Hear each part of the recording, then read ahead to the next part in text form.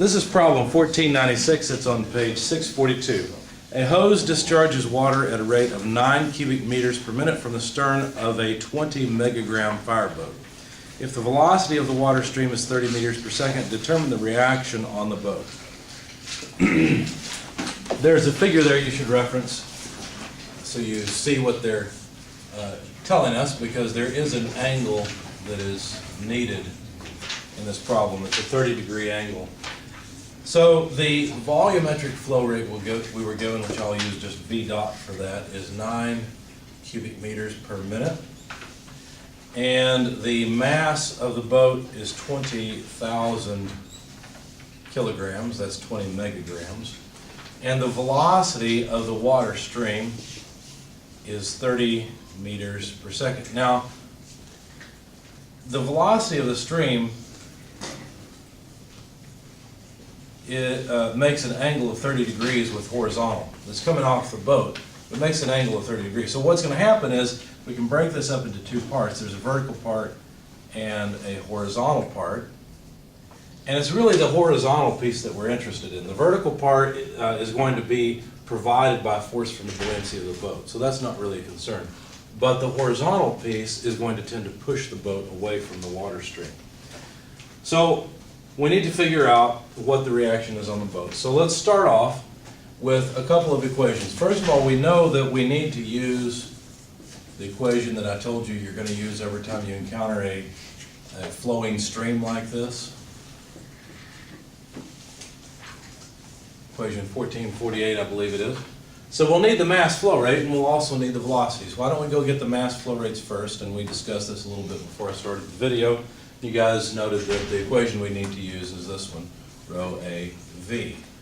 Okay, that would be the mass flow rate. So, notice we're assuming that the boat is not moving. The boat is sitting still. And so the mass flow rate is just, we'll just use the velocity that we've got here, the 30 meters per second as our velocity.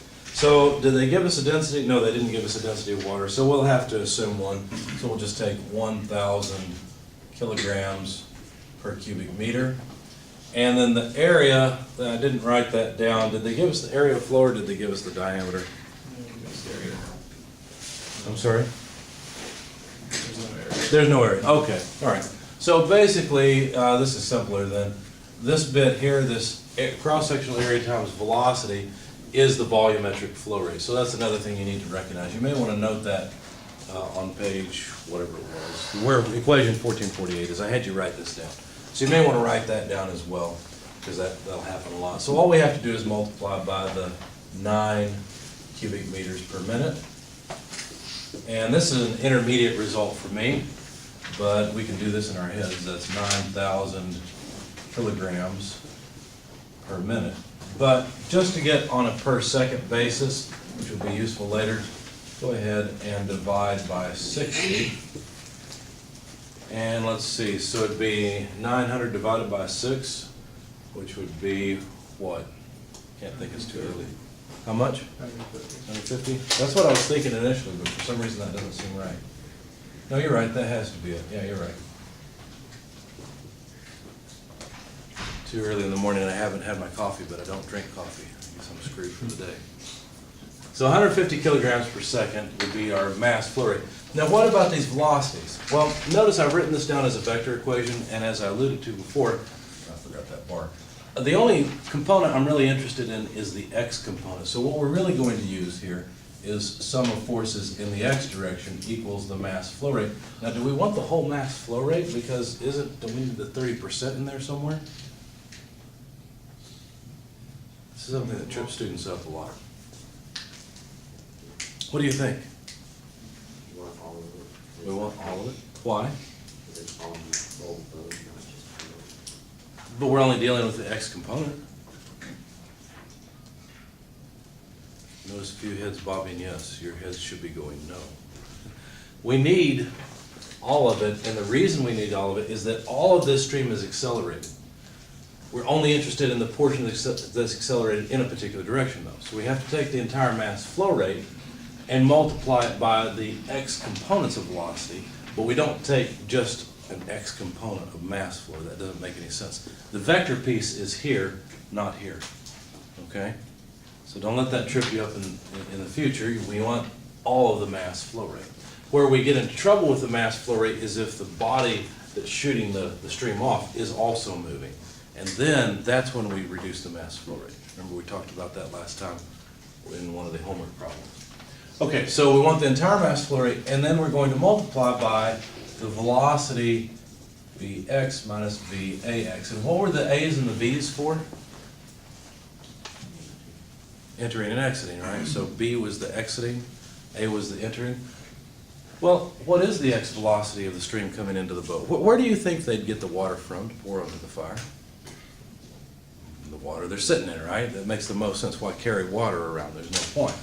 So what do you think the x component of velocity would be of that? Bless you. Well, we have to make an assumption here. Let me draw more of the boat. So there's the water line, there's the boat under the water line. Let's put a top on it. Again, you see why I'm not an artist. Okay. So water's coming off this boat. Where does it come into the boat? Well, who knows?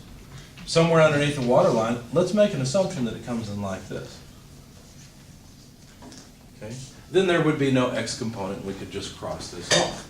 Now we'll revisit this in just a minute because I've got an idea that might make this work better, and I want to see what you think.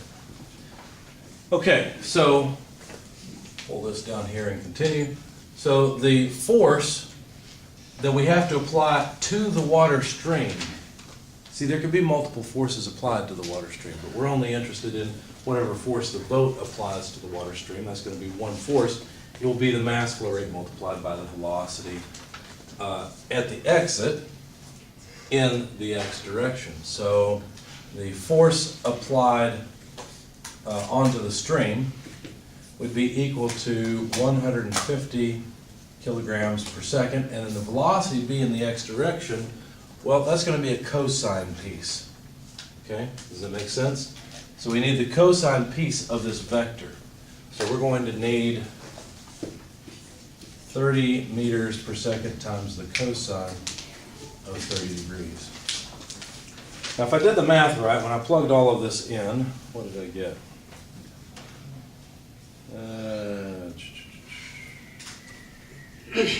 There it is. I got 3,897 newtons, because the units are kilogram meters per second squared, and so that would be newtons. Plug that into your calculator, please, and make sure that I'm telling you the truth. That's right. That's right. Okay, all right. So is that the entire reaction on the boat? No, that's just the x component. Wait a second, maybe we're also interested in the y component because they asked for the reaction on the boat. They didn't ask for just how much it pushes the boat this way, they asked for the entire reaction. Why would we care? Well, we probably don't want to push down so hard on the boat by shooting water off that would push the boat beneath the water, right? That'd be a bad idea. Now, I seriously doubt that there's going to be enough force to do that, especially seeing that there's only about 4,000 newtons in the horizontal direction. But let's go ahead and calculate it just in case. So this is the force in the x direction. How about the force in the y direction? Well, again, we have to know what we're assuming here, right? And the problem that we have is that we have to make another assumption, because if we write down the equation, it'd be like this: m dot v by minus v ay. We don't know how quickly it's being sucked up. If we take the velocity to be 30 meters per second, we're going to get a very different answer as to the reaction on the boat, as if we assume that the hole in the boat is bigger, whatever we're sucking water through. Since we're not told anything about this, our only choice really is to neglect it. Okay? So if we neglect it and assume again that that's zero, which is a big assumption on our part, then we could calculate the force in the y direction, because we're assuming it comes in with no momentum, but it leaves with some momentum, and so that momentum comes from pushing down on the boat, basically, or the boat pushing up on the water stream. So we can calculate that. 150 kilograms per second multiplied by 30 meters per second multiplied by the sine of 30 degrees. Now the sine of 30 degrees will just give us half of whatever we've got, so this is pretty easy. My brain's not working very well in math mode this morning, so I'll just go ahead and write it down from my sheet. 2250 newtons is the result. Now, these are forces that are required that have to be applied to the water to get the water to do that at that angle, right? To go off at 30 meters per second at an angle of 30 degrees. We have to have these forces, assuming that the incoming velocity of the water is negligible, okay? So what are the reactions on the boat? Well, they're just equal and opposite to these. Okay? So the reaction on the boat, if we have a coordinate system like this, an XY coordinate system, as we normally have, then, I don't know what that was. I thought it was one of you laughing, but I was going to laugh back at you, because that was a strange laugh.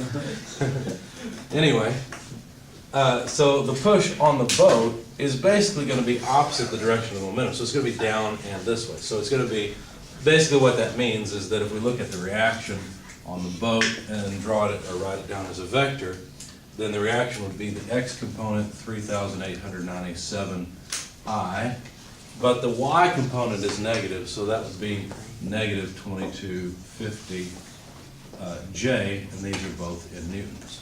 Okay, so there's a reaction that they asked us to find, but there's a lot of assumptions built into this. This reaction could be vastly different depending on how we design the inlet for the boat.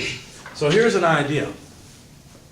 Is there a way that we could design the inlet so that we could reduce some of this reaction? I mean, is this reaction good or bad? What do you think?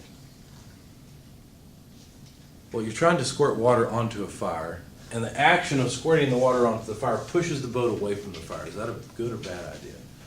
I think it's probably not good. So what could you do? Well, what about, what's that? Make a heavier boat. A heavier boat? It's still going to push you, just not as quickly. Throw an anchor down. An anchor might Pull help. water from the front. If our coordinate system is x this way, shouldn't we be using a negative velocity? Well, are you talking about what my reactions end up being? Yeah, well, just throughout the whole calculation, shouldn't use a negative velocity if you define x You as should. positive that way. Yeah, you should. I just, you come out with the signs making sense. I just changed the signs to what I knew they would be. I was doing it more intuitively than being strict with the sign. You're right. Good question. I think the reaction's correct though, because the push on the boat is going to be that way and that way.